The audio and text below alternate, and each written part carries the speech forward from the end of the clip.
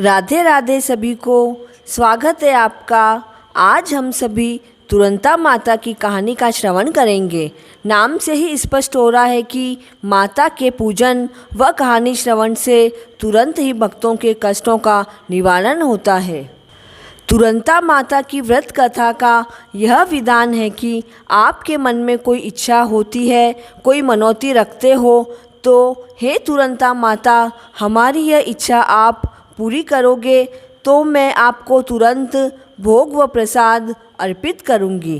तुरंत का अर्थ है जो भी वस्तु आपके घर पर अवेलेबल है, जैसे दूध है तो दूध से ही कोई मिठाई बनाइए, जैसे मावा, रबड़ी आदि। सूजी हो तो माता के लिए आप हलवा बना दीजिए।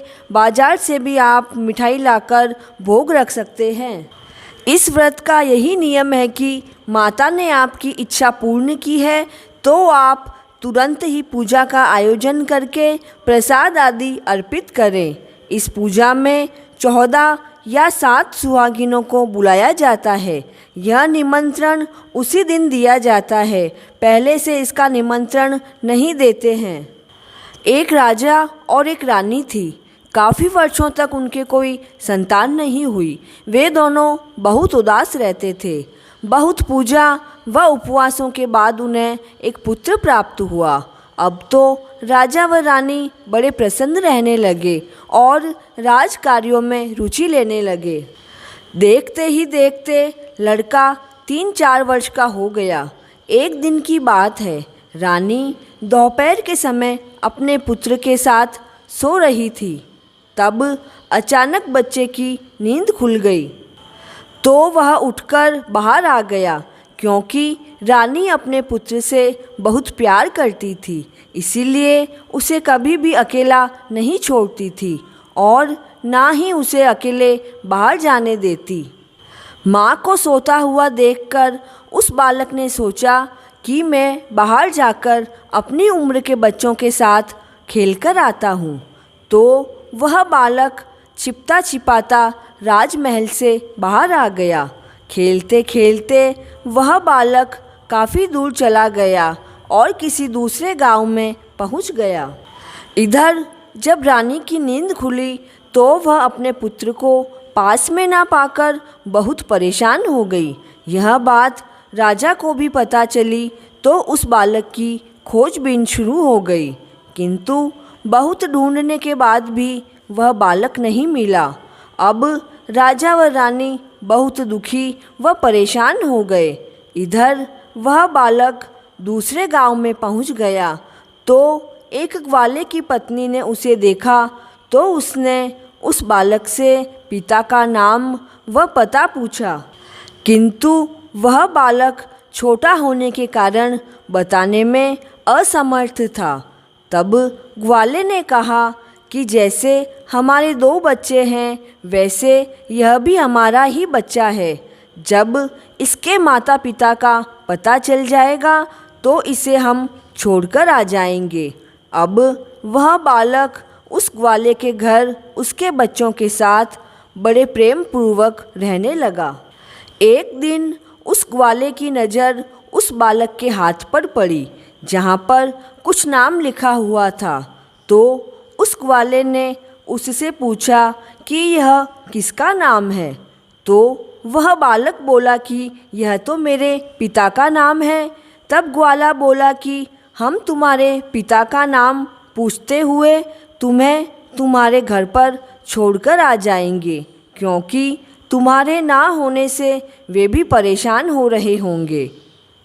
अब दूसरी तरफ राजा के शिकार पर जाने के बाद रानी इधर उधर सभी तरफ अपने बच्चे को ढूंढती रहती थी, क्योंकि माँ के मन को अपने बच्चे के बिना चैन कहाँ मिलता है।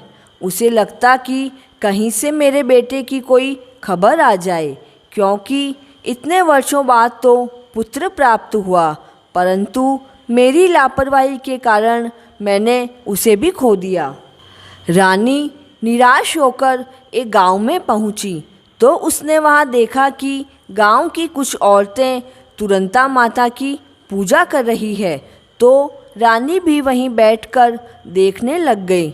वह पूजा समाप्त होने पर पूछने लगी कि यह किसकी पूजा है। तब एक वृद्धा दादी जी ने कहा कि यह तो तुरंता माता की पूजा है। तुरंता माता बड़ी दयालु व कृपालु है। वह अपने भक्तों के संकट को क्षण मात्र में दूर कर देती है। बस इसमें यह ध्यान रखना होता है कि जब आपकी मनोकामना पूर्ण हो जाए तो आप तुरंत ही तुरंता माता की पूजा करें, क्योंकि इनकी पूजा टाली नहीं जाती है। तो रानी ने अपने मन में निश्चय किया कि अगर तुरंता माता मेरे बच्चे को सकुशल हमारे घर पहुंचा देगी तो हम भी तुरंता माता की पूजा करेंगे। रानी का तो यह मन्नत मांगना हुआ और माता की कृपा हुई और ग्वाला बच्चे को लेकर उसके पिता की खोज में निकल पड़ा। कई जगहों पर ढूंढते ढूंढते काफ़ी देर हो गई। एक गांव के किनारे पहुंचा तो उसने वहां पूछा कि इस नाम के व्यक्ति को आप जानते हो?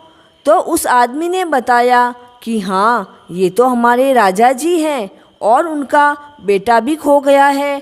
क्या यह उन्हीं का पुत्र है? यह सब सुनकर वह व्यक्ति उस ग्वाले को राज दरबार ले गया। ग्वाला उस बालक को लेकर राज दरबार पहुंचा तो राजा रानी अपने पुत्र को देखकर उससे लिपट कर रोने लगे और बार बार उस ग्वाले को धन्यवाद कहने लगे। फिर राजा ने उस ग्वाले को पूछा कि यह बालक आपको कहाँ मिला?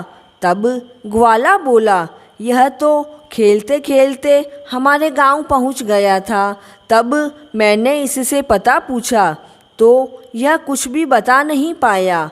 फिर मैंने एक दिन इसके हाथ पर आपका नाम देखा और उस नाम के सहारे मैंने इसे आप तक पहुंचा दिया। इधर रानी की खुशी का तो कोई ठिकाना ही नहीं था। रानी ने राजा से कहा कि इसे आप खूब धन देकर विदा कीजिए, लेकिन ग्वाले ने कुछ नहीं लिया, परंतु राजा के बहुत आग्रह करने पर उसे खूब धन दौलत देकर विदा किया। फिर रानी ने राजा से कहा कि मैंने तो तुरंता माता की मनौती मांगी थी। तो राजा बोले कि तुम तुरंत ही तुरंता माता की पूजा करो। रानी ने बहुत ही धूमधाम से तुरंता माता की पूजा की। हे तुरंता माता, जैसे आपने रानी की इच्छा पूर्ण की वैसे सभी की करना। अधूरी हो तो पूरी करना और पूरी हो तो मान लेना। इसके बाद आड़ी वाड़ी की कथा अवश्य सुने। इसमें 33 करोड़ देवी देवताओं की कहानी आ जाती है। आड़ी वाड़ी की कथा का लिंक डिस्क्रिप्शन बॉक्स में मिल जाएगा। आपको कहानी पसंद आई हो तो चैनल को ज़रूर सब्सक्राइब करें व बेल आइकन को प्रेस करें। जय हो माँ तुरंता की।